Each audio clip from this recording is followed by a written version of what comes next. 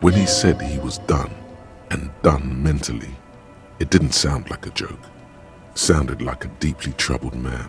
Well, maybe I pieced him back together with my magical personality. Okay. Okay.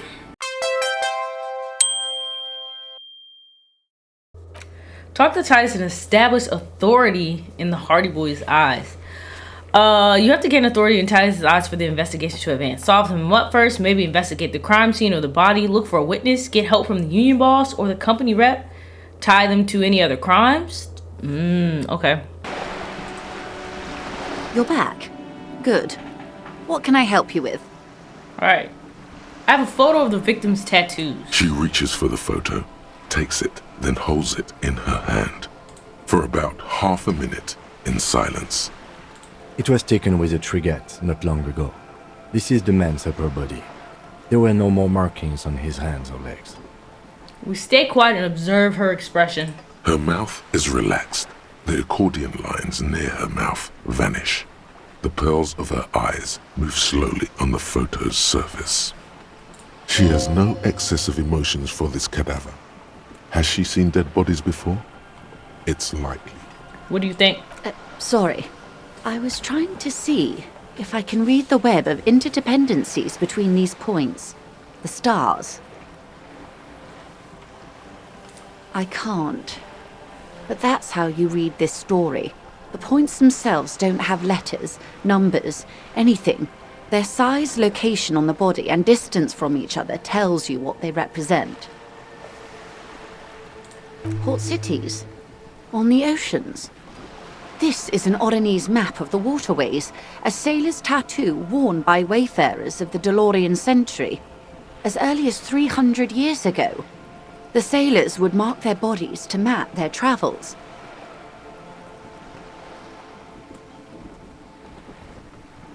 What travels did the dead man make? Quite a few. Vredefort, the Oranjese capital, traditionally stands on the right shoulder.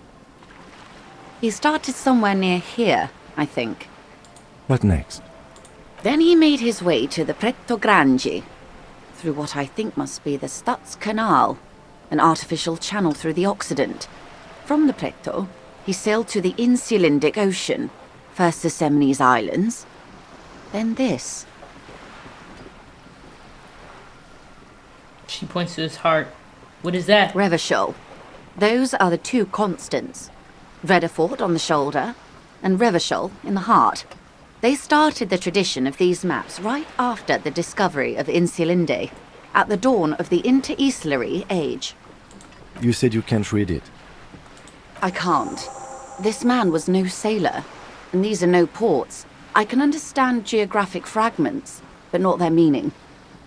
Somewhere in an office lit by a single green desk lamp, Captain Ptolemaeus Price, 58, bald and bespectacled, is writing in a ledger on his desk. Rows and rows of days and weeks, laconic remarks in a single column. Patrol, case, vacation, injured.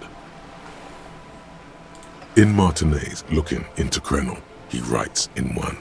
Then the man puts down his pen and rubs his temples with both hands. Outside, there is a siren. Distant gunshots on the streets of the Jamrock Quarter. That makes sense to me. We have no more use for a map of the waterways, just like we don't need sailors the way we used to. This is what the custom would morph into on the Occident. Mercenary tattoos. Who could tell me more? His platoon members? The other contractors. Though I do not suggest you go and show them that picture. This man was their friend and comrade. You wouldn't even know where to start. What is the use of this man? The sailor's soul would use it to fly back home if they should die abroad. This is a sort of contraption to be reeled back in by. The silver cord, they would call it. Where is he now?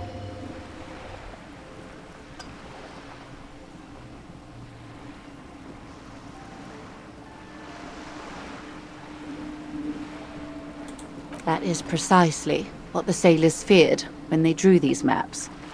A fear of drowning. within one's own corpse. Is there anything else I can help you with? I talked to Everett, Claire. You have? And how did you like Mr. Clare? Finally, time to choose sides. It's not important if I liked him. I was doing my job. Of course, Detective. Excuse me for implying otherwise. The RCM does not pick sides in this. I hope it doesn't come off any other way. Of course. And I don't expect you to share anything he told you with me. I'm not a corrupt verm myself. However, if you felt like discussing something, how could I stop you? Are we not human? Are we not curious to hear another person's take? It's only natural. We would only be gossiping. Right. Tell her she'll like you for it. Girl, relax. She ain't gonna like any Yes, of your disgusting necktie agrees completely. Let's gossip. that. Okay. That money you gave me, would that make things weird if I shared information, I mean? A referral, you mean? I take it this was for someone in the RCM. Don't answer that. No, I mean like a real door. Oh my. A real door. The lieutenant does not say anything, but you hear the nylon of his jacket rustle as he looks at you.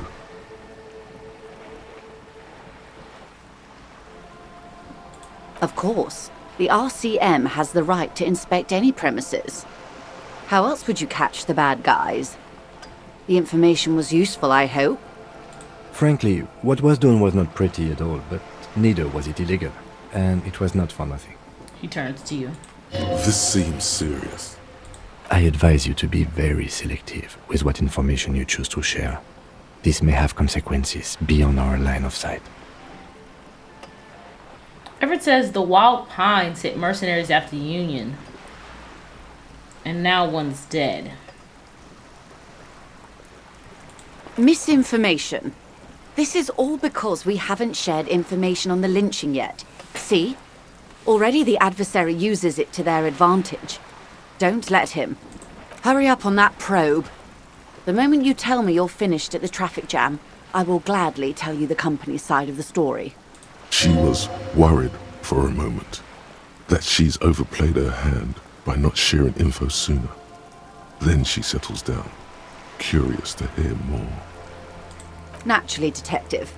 There are lighter topics to gossip about.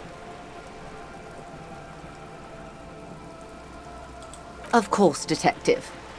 Should something come up later down the road, don't be afraid to drop by for a chat. Until then, is there anything I can help you with?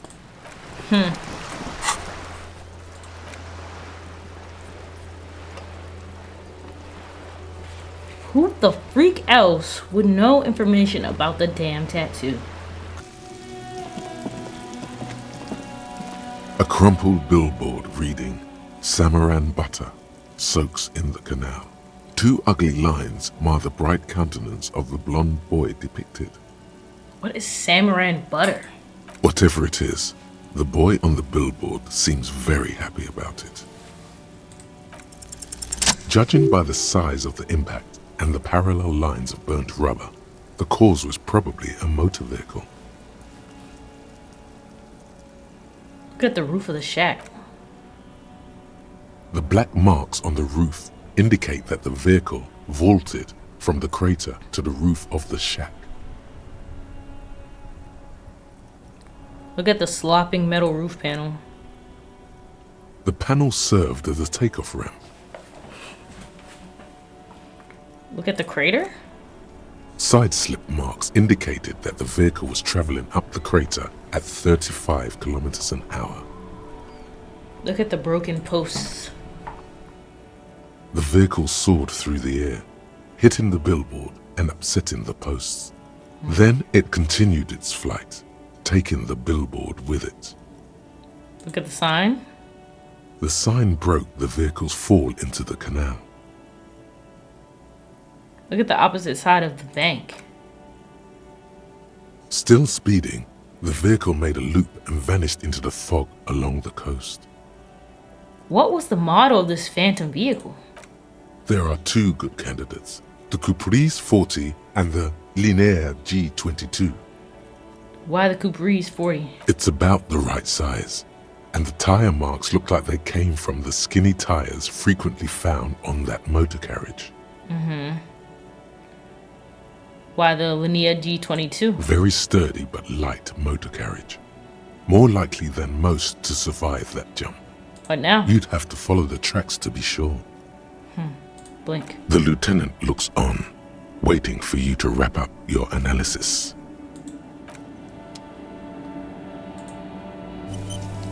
Any theories about what happened here? Some top shelf shenanigans. I went to meet the driver and shake his hand. Looks like someone's in a real hurry. What kind of car do you think it was? Okay. Tire tracks mean a lot in the tire tracks, but a G22 could actually survive the jump. That's quite likely, from what I can tell. Yeah, I have no idea who it could have been. We're not traffic cops. Should we get back to the murder? Let's move on. It's you again. What is it?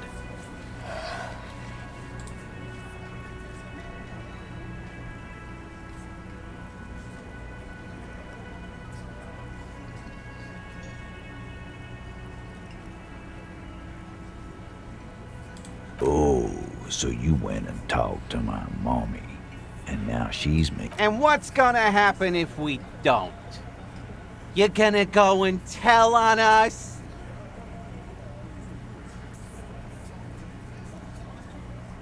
You gonna let him talk to me like that, Titus? Let's see. Yeah, I guess I am, you big pussy. The old man sent word you'd be around again. That's the reason I'm being so forthcoming with you. Don't wear it out.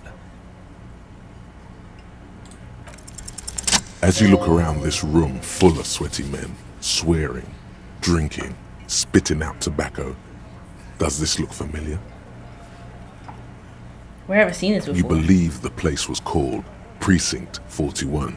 It was also filled with, almost exclusively, men, sitting on desks, talking shit and wasting time.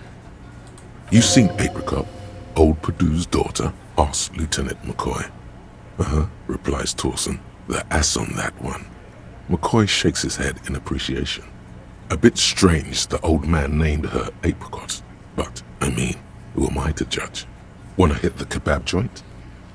I get it, Titus. You guys really are the authority around here. Huh? You must be... You're just like real cops, drinking beer and sitting around with your in your hand. You got a problem with beer now? Not quite there yet. Push on.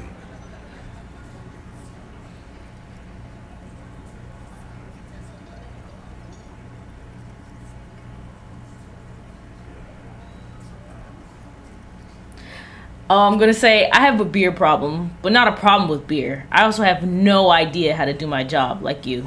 Speak for yourself, buddy. I've been running this outfit for 10 years now. You should have seen Martinez before it started. It was like jam rock now. They didn't see shit, man. Kids getting shot. We had 3 shootings a week. Fucking graffito everywhere. You cops haven't shown up since the 30s. Congratulations on the graffito removal. All I see is you sitting around talking about Monica's titties while there's a victim.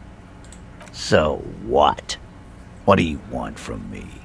We took care of that fuck. Don't let him drink that. One more push. Quick. Just don't antagonize him. You have this already.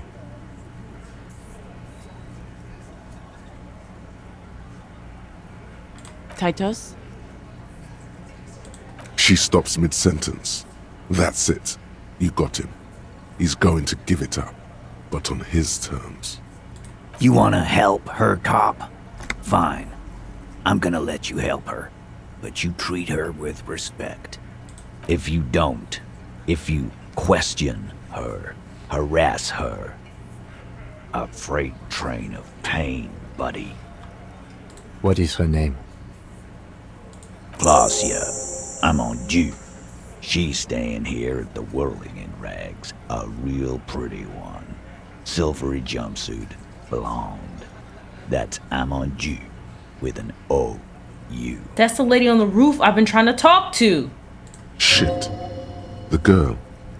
The girl upstairs? That can't be her. She knows you drank so hard you forgot you were a cop. Oh, it's her! It's definitely her! It's Miss Oranje, disco dancer!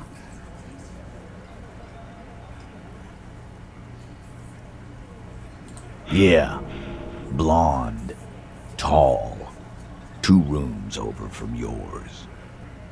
Sure, why not? You've probably seen her around. I don't want to do this.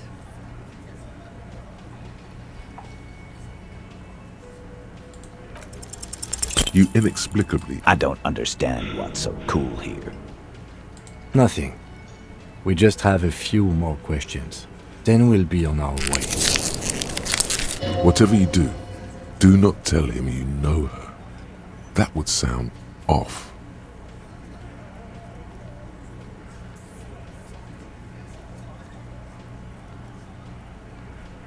So, what is your relationship with her? I know her. How well do you know her? A small twitch in the corner of Kim's mouth. He has a hunch about what knowing means. Well enough, Copper. We partied. She's been here for a few months. He tries to make it sound real casual, but the muscles on his neck tighten. So, she's not from around here. You mean Revachol? Nah. Our Miss Oranje disco dancer is an immigrant or a drifter of some sort, been staying over here over the winter. Don't you give her any more trouble. She's just had some bad luck, that's all. Shut up, Angie. She doesn't need your help. Titus gives them both a look. They fall silent. Interesting. What's with all the silences? It's like these guys don't know how to feel about this. You should keep picking at it. And what was up with the partying she and Titus did? It sounded fun.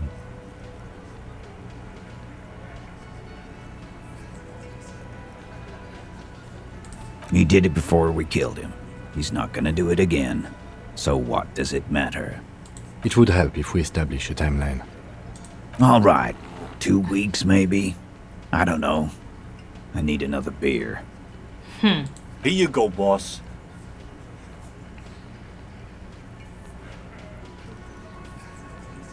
You said you partied. Cool, that's cool.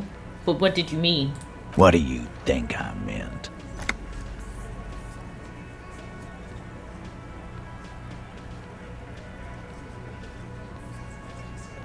Yeah, we did them. What's that to you? No, we just fucked. That's all. I'm not gonna give you any details if that's what you're after. So put your dick away. Don't nobody want details, bro. He really went out of his way to seem comfortable with this topic. That's all you're gonna get for now. Remember what I said. Freight train of pain. Okay.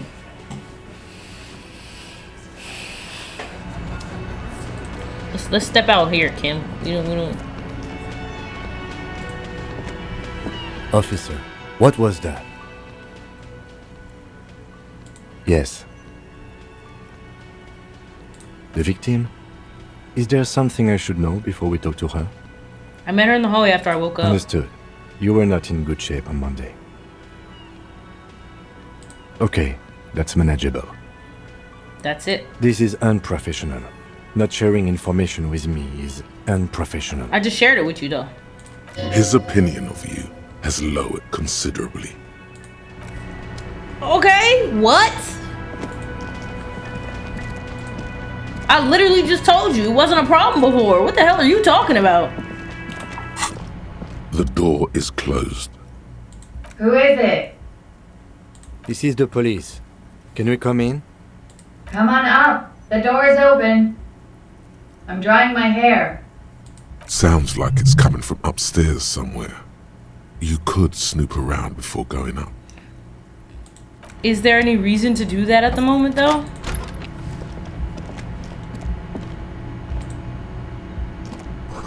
Hotel bill calculations. Looks like she's had an extended stay. Piles of dirty clothes. A woman. The room has sat all over it. Reminds you of your own. We're not going into the bedroom. That's weird. Okay, we ended up in the bedroom anyway somehow? You feel someone watching you beyond the glass door. A woman. Bro, I've been seeing her up there since like the end of like day one, and I've been trying to get up here, and now it makes sense why I couldn't. The smell of cigarette smell in the air. Cold coffee in an ashtray that looks like a hedgehog. Look, a handful of dried white wildflowers. Just as you look at the flowers, a gust of wind raises them from the roof, picking them up in the air. Might as well try. The wind brushes them off the roof. Oh well. Welcome to the roof. Wow. The young woman has a cigarette in one hand and a cup of coffee in the other.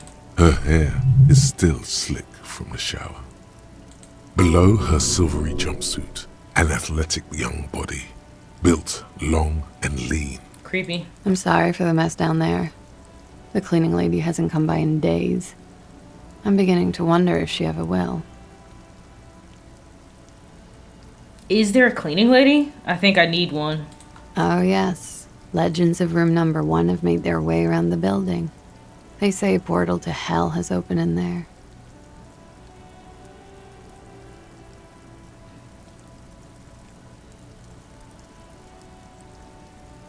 They also say that's why the cleaning lady quit. Because of the infernum. Yeah.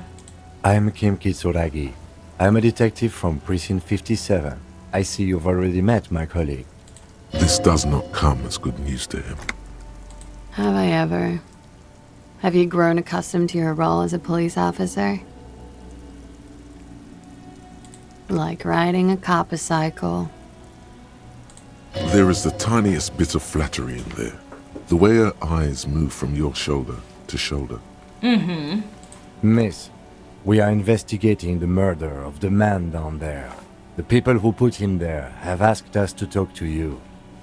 Huh. I see. She takes a pensive drag of her menthol cigarette. Oof. Be careful. Ask something else first. When you go there, use words like, I hear you have been through something difficult. Okay. No need to dilly-dally. She's tough. Thanks, coach. But I think I'll dilly-dally this time. Yeah. You'll sound like a namby-pamby. That's fine. What is your name, miss? For the record? Clausier Amondou.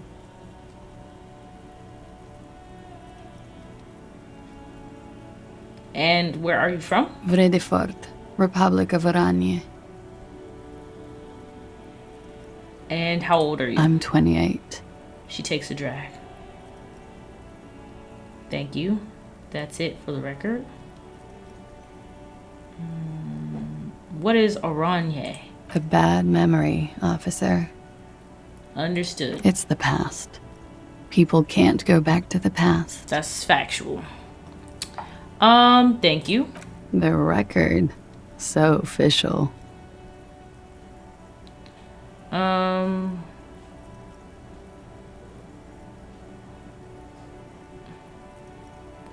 They tell us you've been through something difficult. Something difficult?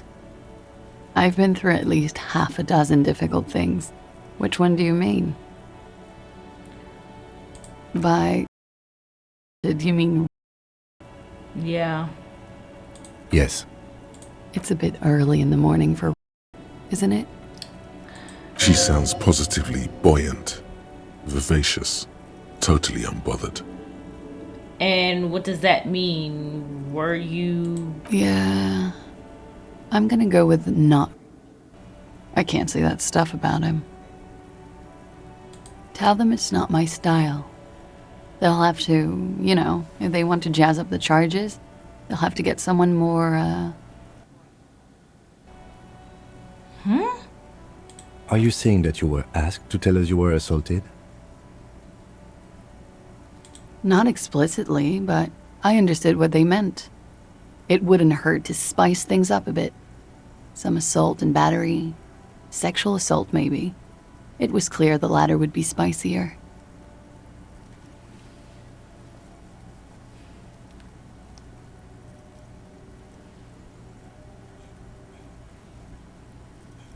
Interesting.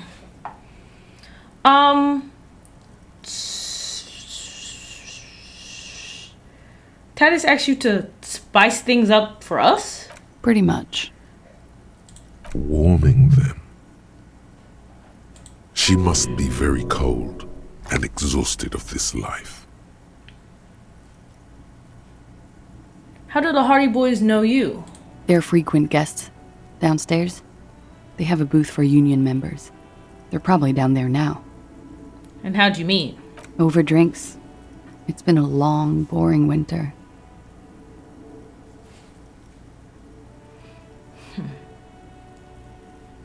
Again, how do the Hardy Boys know you? Like I said, we met over drinks. Okay. So, what did happen between you and the victim? We partied. Wait, partied?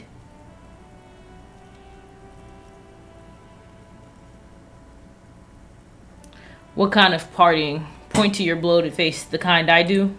With all due respect, sir, I think we partied a little harder than that. Harder than this? I didn't know it was physically possible. Oh, it is. You're still alive. Interesting. What did you do when you partied? We drank, sir. A lot. For weeks, basically. We had that effect on each other. We made each other drink harder. That's why I liked him. What else? Stimulants. Speed also has that effect, making you drink harder. And then drinking harder makes you do more speed. It's quite the combination. We also had sex. Were feelings involved? A little. The drugs were good enough, and we did enough of them. Okay. How did you two meet? Downstairs, at the bar. He was on some sort of assignment, a military man, as you probably know. Had a cool, scary scar. She appears aloof, but that scar part, the scary, is stressed and drawn out. What's that about? Apprehension? Interesting. With longing. She misses him. No way they just clapped this man up because Titus was jealous. Please don't tell me that's what this is about. Please. When was this? A month ago? Something like that. It must have been hard for you, point to the yard, seeing him there. Oh, yes. I've had a great view. From the roof, out of the bathroom window, in my dreams. Oh, man. A bitter cringe. It hurts. You look to the lieutenant. He takes a small step closer. You called us, the RCM. Yes. Oh! Say nothing. I made it. And I would appreciate it if you didn't tell everyone. In Martinez, they call it snitching. We not telling nobody nothing. We not telling nobody nothing. Reporting crimes is confidential in Ravachol, miss. The caller's voice was disguised. I didn't exactly disguise it. I just muffled the mic and nicked the landline a little. Nicked it? How? With nail clippers. And I diverted some radio fuzz into it. Into the cold wire. Okay, period.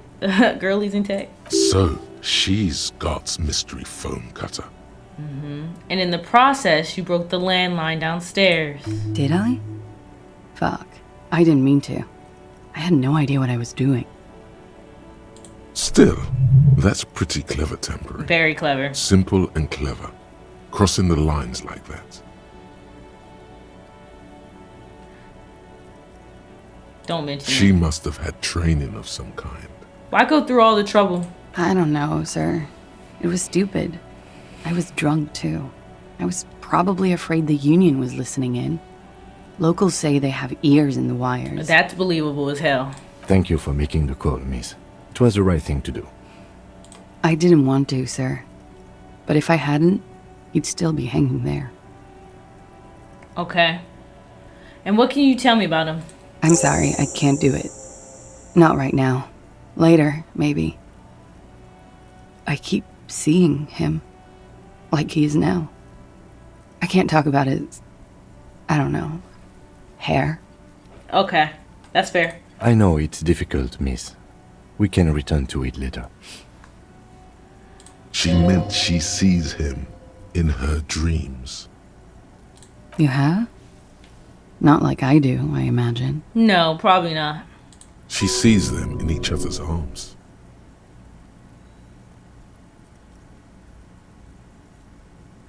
Yes. And then he's dead. His mouth agape.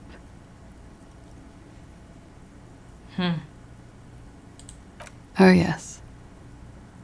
Yeah. I don't know. I felt like that was a good place to kind of like, I don't know, maybe not make her feel so alone in that. Because that's a crazy experience to be having. Okay, so what did they hang him for then? He had something to do with the strike. One has been roiling since I got here. Rotten timing. But you probably know all about it. Yeah. And his role in this strike was what? I think he was in a security detail. He was ex-military, worked for Wild Pines, and against the Union. We didn't discuss work much, if you know what I mean. But I understood it was dangerous. Right. And they lynched him for it? She nods.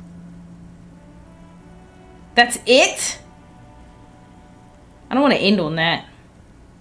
She breathes a silvery sigh of relief and weariness. The air on the roof feels humid. Should we head by downstairs, officer? We may have things to discuss there. Yeah. As he says so, you feel the young woman looking at you and get a feeling you can't quite put your finger on. A suspicion? She nods. Silvery cigarette fumes disappear into her mouth. Why not? I'll be here until 11 p.m., drinking coffee, most likely.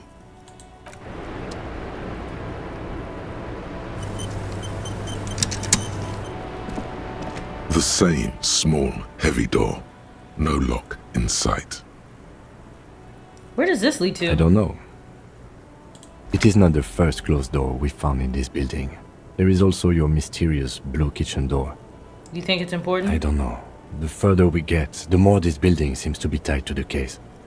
Below, the hostel cafeteria creaks and groans under your added weight. A skeleton of composite support beams and cantilevers. A dull thump. Somewhere inside, a wind brace rattles from the imperceptible motion of the building.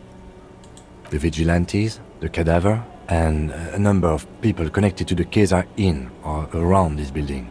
This door is part of it. It's not unimportant. It's barred from the inside. You hear the bar rattle in the brackets. Sounds like it's heavy, too. Very sturdy.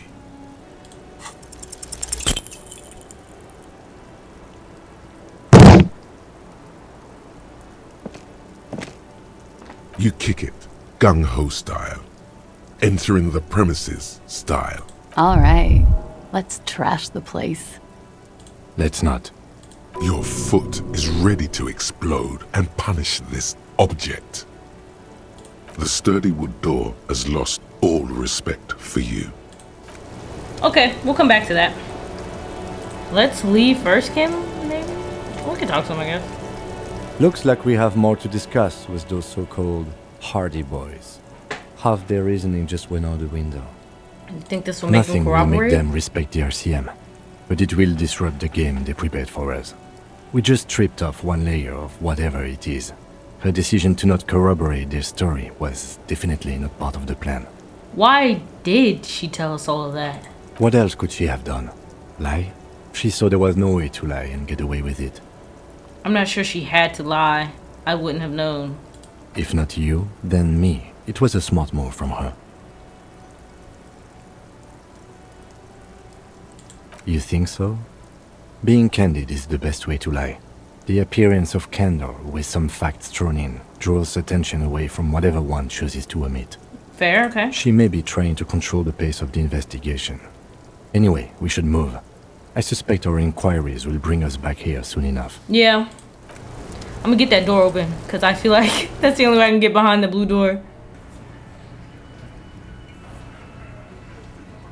Fuck! I knew that fucking whore couldn't be trusted. Mm-hmm.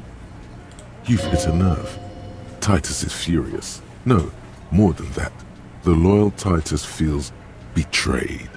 For the record, Titus Hardy did not explicitly specify the victim as a whore, nor did he say anything about trusting her.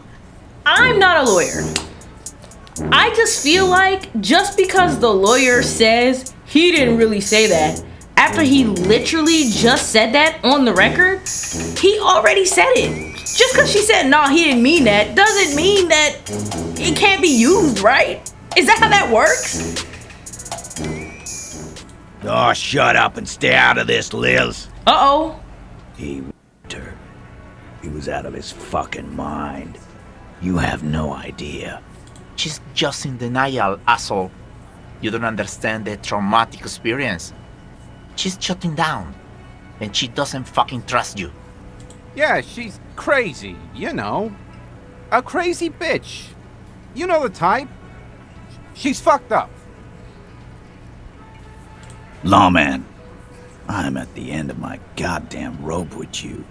I fucking told you not to push her. I did not push her. His hands become fists. And you went and pushed her. I am gonna fucking... Titus Hardy! Success. Titus backs off. Fists down, everybody. Goddamn, no one tells you to put your fists down.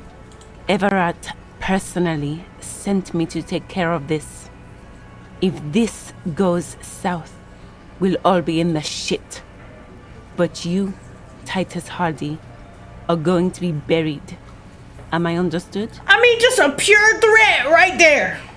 The room is so quiet you could hear a pin drop. The rest of the cafeteria has gone quiet, too.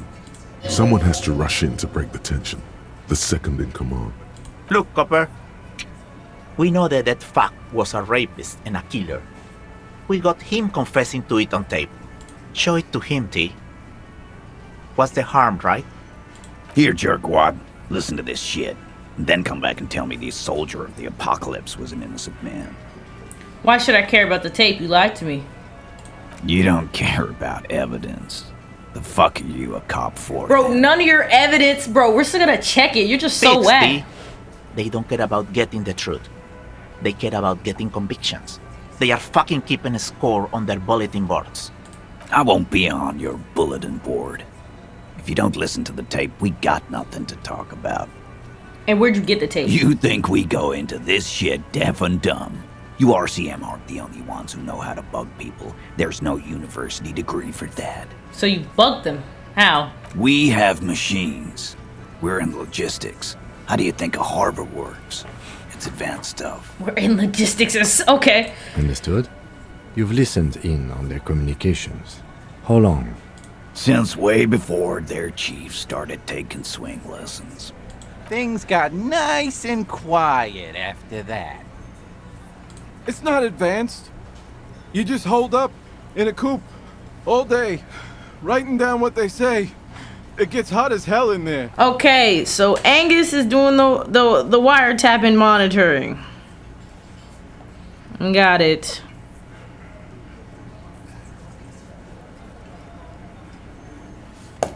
They're really folding. Don't put yourself down, Angus. It's important work.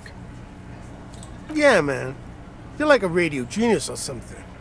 Those notes are some in-depth stuff. Indexes and shit. So what's on this tape? What's on it?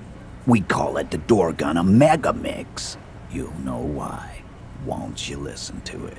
And where can I listen to it? I'm sure we can find a tape player. Where can I listen to this? Why don't you try shoving it up your ass, genius? Yeah, play it with your ass, cocksucker. I'm sure we can find a tape player. It's not a problem. Your room had one. Or maybe it's too broken. Don't forget your tape, lawman. Compliments of Titus Hardy. You do that. Oh, and keep it. Maybe you'll need a reminder of human ugliness someday.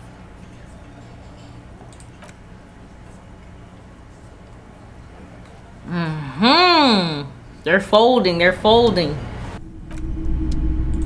The boomboxes wait on the shelves. And you're... And here you are. Quality sound reproduction on the go. We lit, we lit.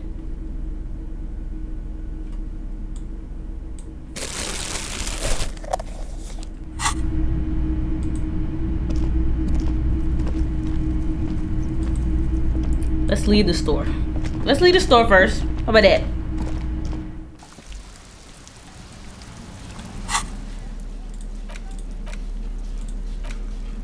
The porterial is just what you needed. The real you push, command set, and the tape starts spinning. Violent static and machine sounds fill the air. This isn't Revachol. This is a fucking village. I can almost see the elephants. The harbor. That's the son of a Kvalsund crane. When this shit is done, I'm gonna tear that place up. Soldier of the Apocalypse style. Kill shit. Dogs and chickens too. Gonna run a room, Cordy. A real nice one. I don't give a shit. I'm fucking done. I'm done mentally. I'll fucking do them all in. That disco counter, you know, the dance a whore upstairs. Do it Kohoi style. Never did get that taste out of my mouth. The lieutenant presses the button marked Arete on your porterial. The tape stops spinning.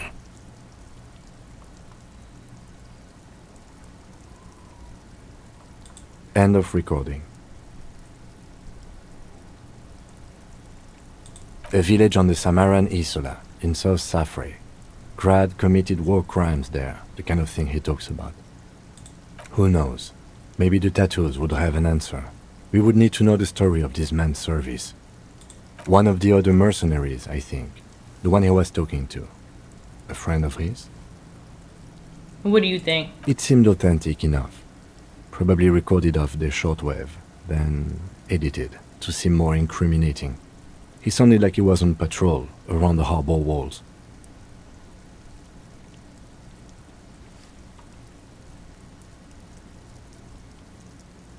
Still.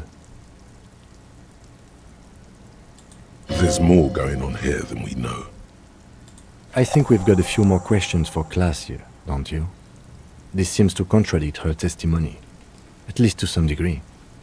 As you take out the tape, the boombox tunes itself back to the cheery radio again, spewing out beats like it's a Friday night. The contrast feels chilly, inappropriate even. Let me holla at you. Officer, what brings you up here in the rain? She puts her coffee cup down with a soft ring as the porcelain meets the metal table. This does not surprise her. Did he? I never said he was a good man, or that he had good intentions. Only that he was never bad to me. On this tape, he specifically identifies you as the target. Where did they get this recording exactly? It's intercepted radio chatter of the deceased. Recorded via de-encryption station. It's authentic enough.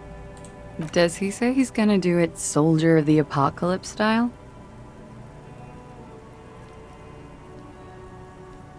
The phrase was used. Yeah. That was practically his pickup line. A memory surfaces in her tired neocortex. It's not entirely unpleasant. Did he say whores a lot? Was he pretty much on the verge of doing it Kohoi style? He wasn't actually there. He didn't do a tour, or at least didn't tell me he did. Would have been overkill anyway. He lived his own little Kohoi. It wasn't his everything. Why say things like that? Machismo? Yes, was he bragging? Oh no, I'm pretty sure he did all those things. Then integrated them into his idea of normalcy. To keep on living. Until they just sort of turn into his, what's the word I'm looking for?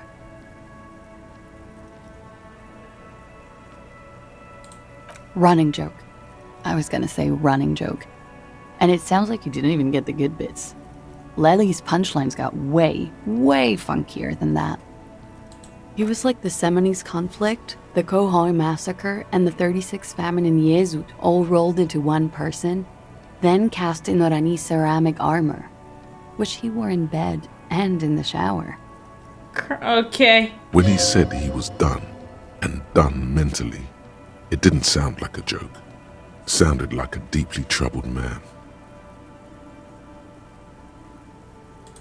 Well, maybe I pieced him back together with my magical personality. Okay. Okay. Afraid of what? That tape the Hardy Boys recorded? Your mother probably never told you this, but girls are evil. Had I the physical robustness and social support, I'd be in Kohoi. I would be tearing it up Soldier of the Apocalypse style.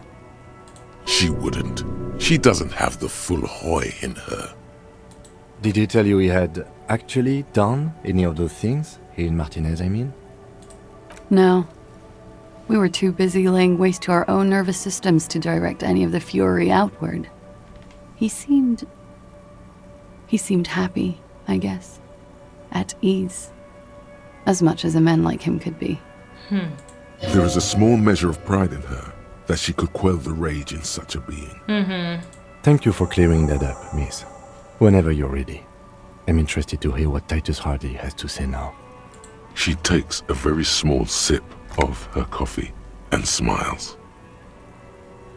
Not my favorite topic, but okay. How about we, change the subject to something more lighthearted now? Now that you've had some time, can you tell us more about him? Like, for example, his name? She called him Lely. Actually, officer, I didn't know his name. I just called him Lely. Lely. A nickname? I guess. He came from Lelystad. It's short for that. And it was his army name, apparently. He said his real name wasn't his. I tried to pry it out of him, but it was no use. Lelystad. That's a good start. We have a few questions you can help us with.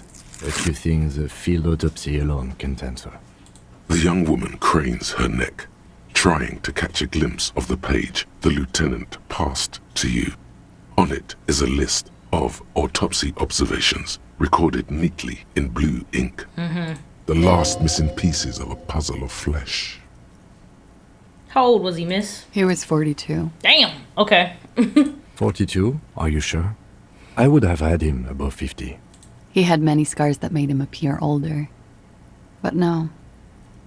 Okay. We even celebrated his birthday, some weeks ago. It was a funny 2 days. He had little reason to lie to me. We were slightly off then. Thank you for clearing it up. The adversary one. His eye color? Blue. Light blue.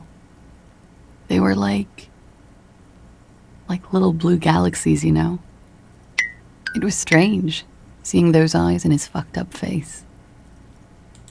Pardon the swearing. I do him an injustice. He wasn't ugly. And he had a beautiful, soft voice. Very surprising, what with all the scarring. It was quite something, watching him speak. She was really in love with that man. That's crazy. He had a combat wound on his chin and mouth? Yes. Severe. It made him look like half his face was cracking away in some strange smile. That and those eyes. Ah, yes. His hair, if you can remember? It was light brown, almost blonde.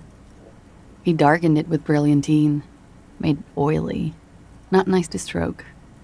I couldn't convince him to leave it alone. He had a tattoo. What did it mean? Oh, that. It's clear she liked it.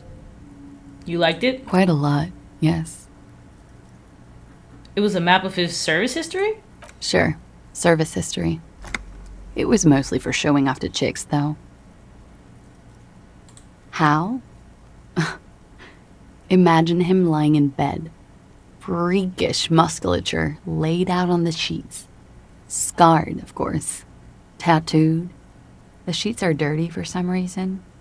He's smoking and drinking, of course. And his chest and shoulders and arms are studded with stars. Tens, hundreds of them. Maybe even thousands. Mm-hmm. And the woman goes like, "What was this, baby?" And he says, "That was too hardcore. Don't ask me about that." So she goes, "Okay, but what's this, baby?" And he's like, "Saw some bat shit there. Killed some loincloths." And so it goes.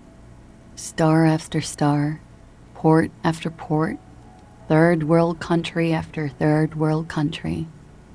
And he's done horrible things in every single one of them. And you were the woman? Oh, yeah. Can you tell us precisely what these mean? No, thank you. I've seen enough of him dead.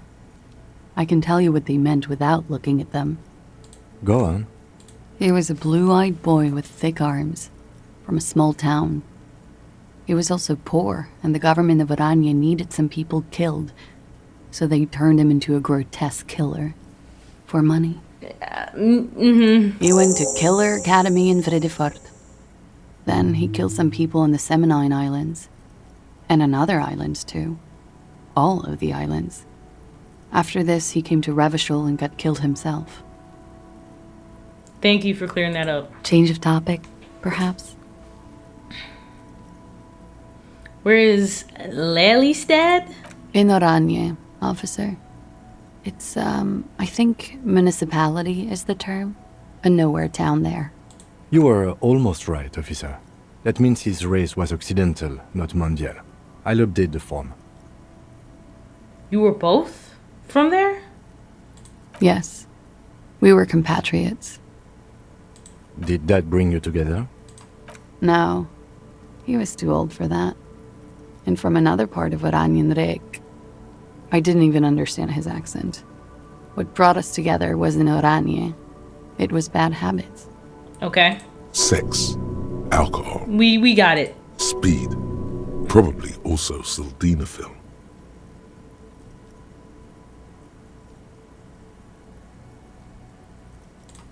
A real rainbow splattering of pharmaceuticals, I bet. Barbiturates, amphetamine, sildenafil.